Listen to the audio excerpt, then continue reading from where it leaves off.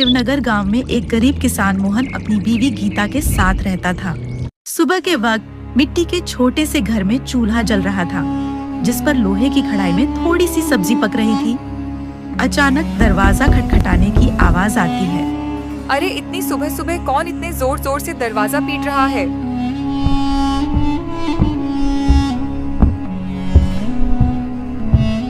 दरवाजा खोलते ही सेठ रतन लाल गुस्से में लाल पीला खड़ा था, जो कि बहुत लालची और चालबाज है। वह हर किसी से 2 गुना ब्याज वसूलता था। मोहन, बहुत हो गया तेरा नाटक। मेरे पैसे कहाँ हैं?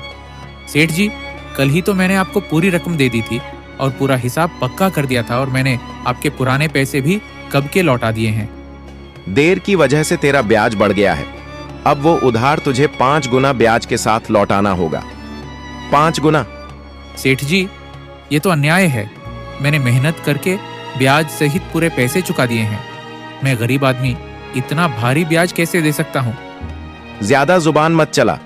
अगर पैसा नहीं दिया ना तो तेरे घर का ताला तोड़कर बर्तन कपड़ा सब उठा ले जाऊंगा। तेरी बैलगाड़ी भी बेच दूंगा। सेठ जी, गरीब का खून चूसकर आपको क्या मिलेगा? हमारे साथ ऐसा मत करिए। इतना ज्यादा ब्याज मैं नहीं दे पाऊंगा। पैसे तो तुझे देने ही पड़ेंगे। देख लूंगा मैं तुझे।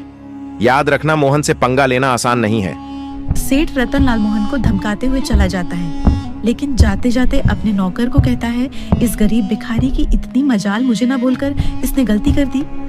इसे तो सबक सिखाना पड़ेगा, ताकि गांव में बाकी गरीब भी डर में रहे। आप बताइए, यह जिंदगी कब बदलेगी? रोज रोज 2 वक्त की रोटी के लिए जूझना पड़ता है। कभी मन करता है घर की टूटी छत ठीक करवा दूं, तो कभी सोचती हूँ कि हमारे पास भी अच्छे कपड़े हों, लेकिन लगता है किस्मत ने हमें बस तंगी ही दी है। मुझे पता है तुम्हें तकलीफ है, पर मैं क्या करूं? खेत छोटे हैं, बारिश वक्त पर नहीं होती, ऊपर से कर्ज का बोझ भी सर पर है। मैं दिन रात मेहनत करूं तब हमारे हिस्से में यही नमक रोटी आती है। मेहनत? हाँ, मेहनत तो आप करते हैं, लेकिन भगवान हमारी सुनता ही कहाँ है।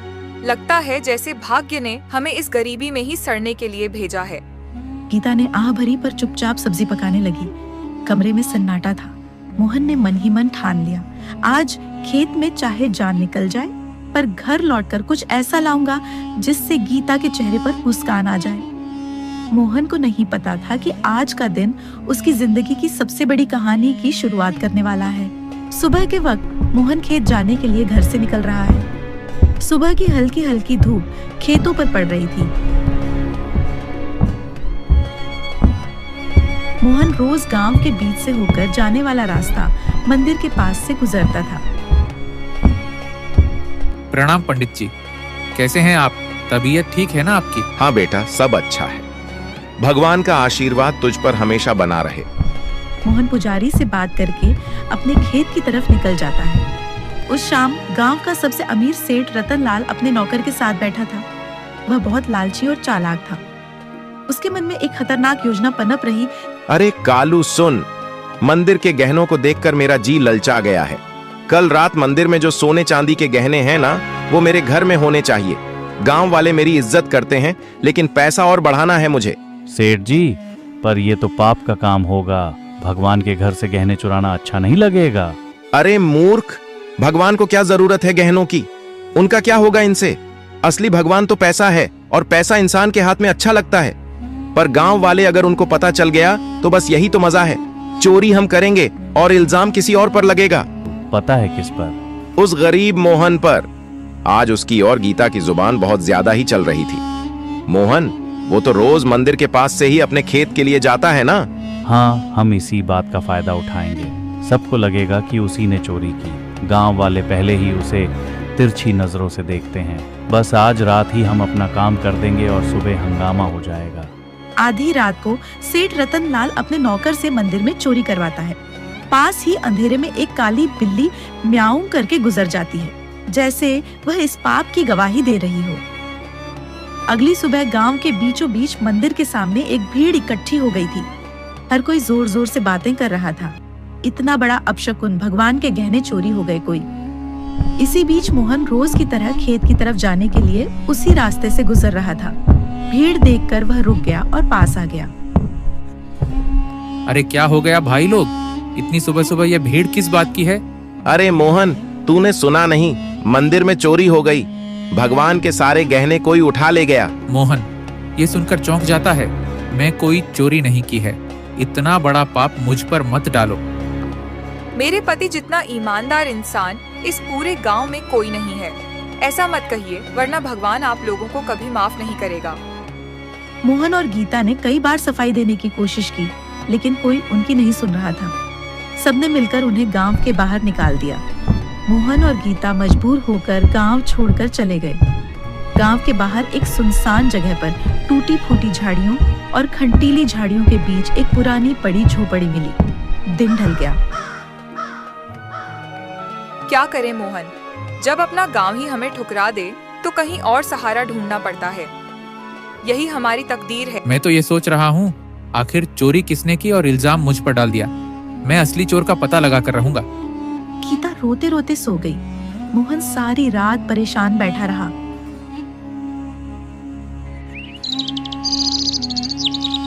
अगली सुबह जब मोहन उठा तो उसने देखा कि गीता रो रो कर भूख से कमजोर हो गई है। गीता, तुम यहीं रहो, मैं कुछ खाने के लिए लाता हूँ। फिर अपने खेत जाऊंगा दूसरे गांव से होते हुए। तुम दरवाजा अंदर से बंद करके आराम करो। इतना कहकर मोहन जंगल की ओर चल गया। मोहन दूसरे गांव से होते हुए अपने खेत जाने के लिए निकल गया। अचानक घने जंगल में सामने से एक साधु बाबा प्रकट होते हैं। उनकी लंबी दाढ़ी और वस्त्र उन्हें अलग ही आभा दे रहे थे। मोहन उनके पास गया। बेटा, तू कौन है? तेरी आंखों में चिंता साफ दिख रही है। बाबा, मैं इस गांव का ही रहने वाला हूँ, पर अब गांव वालों ने मुझे निकाल दिया है। सब लोग मुझ पर चोरी का झूठा इल्जाम लगा रहे हैं। मैंने कोई चोरी नहीं की। बेटा, तेरी आंखों में छल नहीं है। तू सच्चा और साफ दिल का इंसान है। यह दुनिया अक्सर गरीब पर झूठा इल्जाम लगा देती है, पर चिंता मत कर, भगवान न्याय करते हैं। असली चोर जल्द ही सामने आएगा। पर बाबा कैसे? सब मुझे ही दोषी मान रहे हैं। गांव छोड़कर मैं और गीता यहाँ भूखे प्यासे पड़े हैं। कोई मेरी बात मानने को तैयार नहीं है। मैं कैसे साबित करूं कि मैं निर्दोष हूँ? इस जंगल में एक श्रापित जानवर रहता है। उसने अपनी आंखों से असली चोर को देखा है। वही तुझे सच तक पहुंचने में मदद करेगा। पर ध्यान रहे, उस जानवर को ढूंढना आसान नहीं है। उसके पास जाना होगा, उसका विश्वास जीतना होगा, तभी वह तेरी मदद करेगा। श्रापित जानवर बाबा, वह कौन है? मैं उसे कैसे ढूंढूं? यहाँ जंगल में तो बहुत से जानवर हैं। वह एक श्रापित काली बिल्ली है। सच यह है कि उसकी आंखों ने वह दृश्य देखा है जो किसी और ने नहीं देखा। जा बेटा, उस जानवर को ढूंढ और उससे मदद मांग। वो बिल्ली तेरी जिंदगी बदल देगी। भगवान तेरा साथ देंगे। साधु बाबा मोहन को आशीर्वाद देकर अचानक गायब हो गए। मोहन समझ गया था कि यह भगवान की लीला है। मोहन तुरंत ही बाबा के बताए अनुसार उस बिल्ली को ढूंढने के लिए निकल गया। जंगल का सन्नाटा, पत्तों की सरसराहट, मोहन थका हारा, भूखा प्यासा उम्मीद के सहारे इधर उधर भटक रहा था। उसने पूरा जंगल छान मारा, पर उसे वो काली बिल्ली कहीं नहीं मिली। दिन ढलने को आया। मोहन अब निराश होकर अपनी झोपड़ी की तरफ जा रहा था।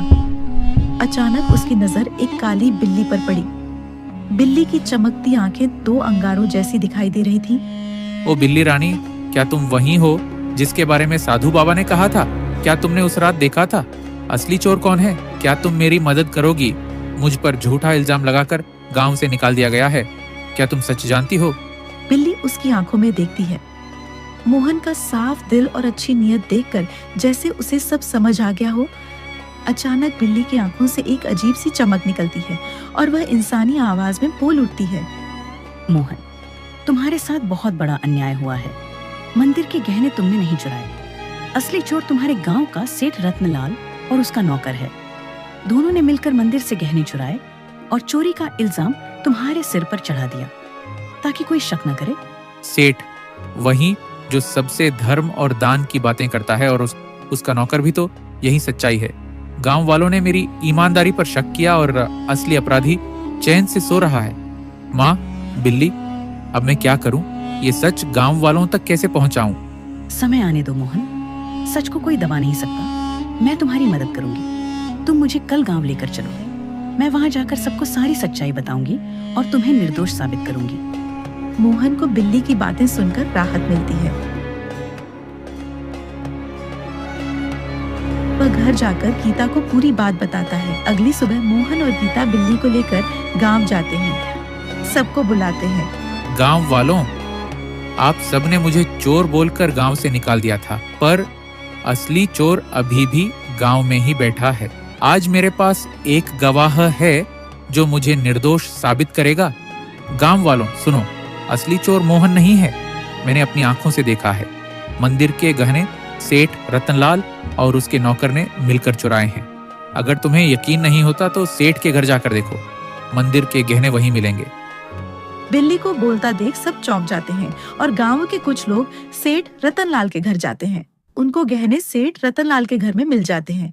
अब पूरे गांव में बातें होने लगी। गांव वाले सेठ चोर है, सेठ चोर है, सब बोलने लगे।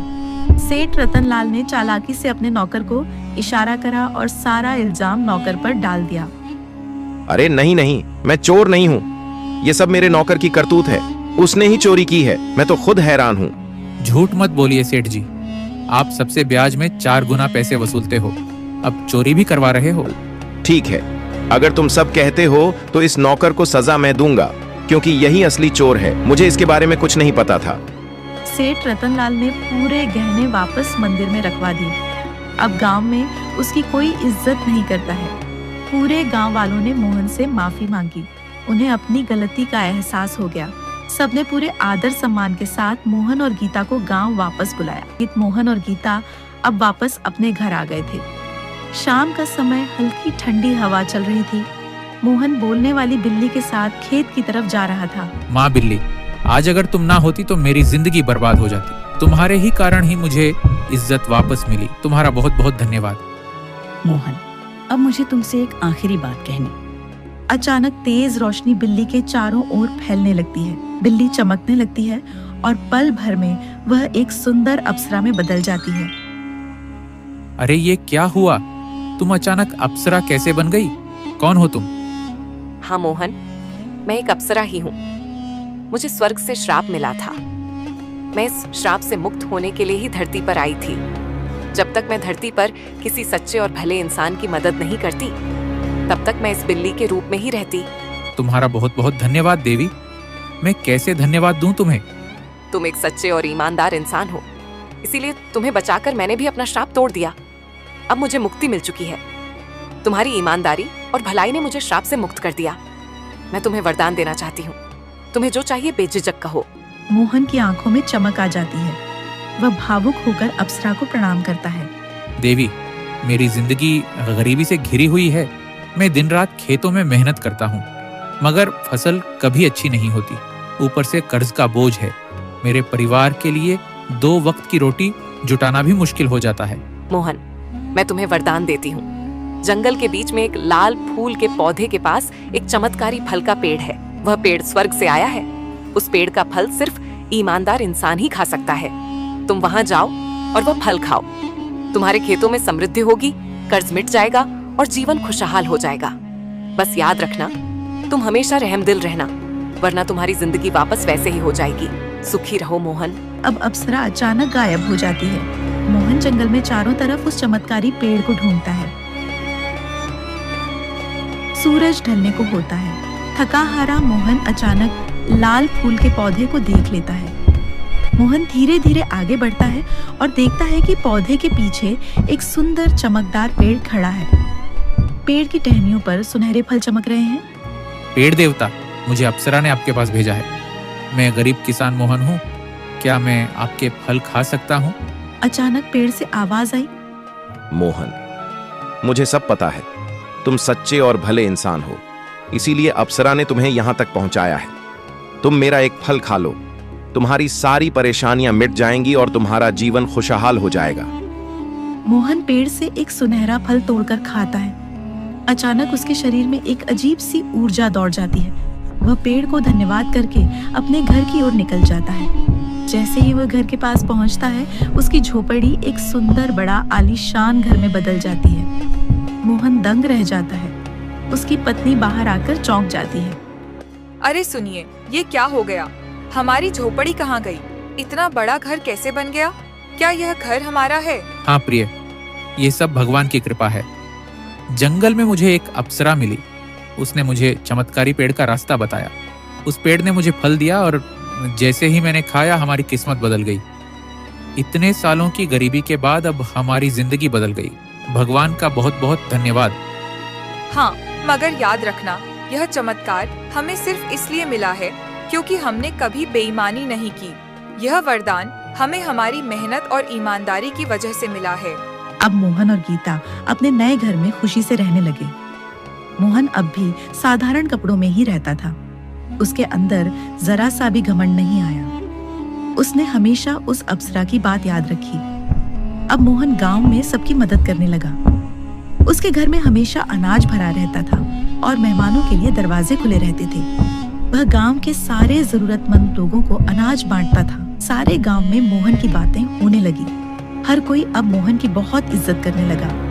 एक दिन गांव वालों को मोहन की तारीफ करते सेठ रतनलाल ने सुन लिया। यह सब देख सेठ रतनलाल को जलन होने लगी। यह सब दिखावा है। कोई इतना अमीर अचानक कैसे हो सकता है? जरूर इसके पीछे कोई बड़ा राज है। अगर यह ऐसे ही अमीर होता रहा तो गांव में मेरी इज्जत तो मिट्टी में मिल जाएगी। अबे कालू, सुन, तू जरा मोहन पर नजर रख और पता कर कि इसके पास दौलत आने का असली राज क्या है। सेठ का नौकर मोहन पर नजर रखने लगा। एक दिन सेठ का नौकर मोहन का पीछा कर रहा था। उसने देखा कि मोहन जंगल में जाकर उस चमत्कारी पेड़ से बात कर रहा है। सेठ जी, मैंने सब देख लिया, सब पता कर लिया। मोहन उस जंगल के बीच वाले पेड़ से बात कर रहा है। उसने उस पेड़ का फल खाया है, जिसकी वजह से उसकी गरीबी दूर हुई और वह अमीर बन गया। क्या सच में? तो चल अभी उसी पेड़ के पास चलते हैं। अगर मोहन अमीर हो सकता है तो मैं क्यों नहीं? मैं तो उससे भी बड़ा अमीर बनूंगा। सेठ रतनलाल लालच में आकर तुरंत अपने नौकर के साथ जंगल की ओर निकल पड़ा। वे लोग पेड़ के पास पहुंचे और फल तोड़ने की कोशिश करने लगे, पर एक भी फल उनसे नहीं टूटा। ओ पेड़, सुना है तूने मोहन को फल देकर अमीर बनाया है। अब मुझे भी अपने फल दे, जल्दी कर। मैं अपना फल सिर्फ उसी को देता हूँ जिसके दिल में दूसरों के लिए करुणा हो, जो ईमानदार हो। तेरे दिल में सिर्फ लालच और घमंड है, इसलिए तुझे कभी यह फल नहीं मिलेगा। क्या कहा? तू मुझे फल नहीं देगा? हाँ मूर्ख, अगर तू मुझे फल नहीं देगा तो मैं तुझे जड़ से काट दूंगा। तेरे जैसे 1000 पेड़ मैं खरीद सकता हूँ। अब सेठ रतनलाल और कालू ने पेड़ को काटने की कोशिश की। कुल्हाड़ी लगते ही चिंगारियों में निकलती है। अचानक आसमान से बिजली गिरने लगी और तेज हवा चलने लगी। बस ठहरो, तुम दोनों को अपने लालच और पाप का फल अब यही मिलेगा। तुम्हें दूसरों की मेहनत और भलाई से जलन थी, अब तुम्हें इसका परिणाम भुगतना होगा। अचानक पेड़ से एक चिंगारी निकलती है और सेठ रतनलाल और उसका नौकर वहीं झुलस कर राख हो जाते हैं। सच्चाई और ईमानदारी की राह चाहे कितनी भी कठिन क्यों ना हो, अंत में जीत हमेशा अच्छाई की ही होती है। लालच और बेईमानी इंसान को कभी सुख नहीं दे सकते। भगवान भी उसी का साथ देते हैं जिसका दिल साफ हो और जो दूसरों की मदद करता है।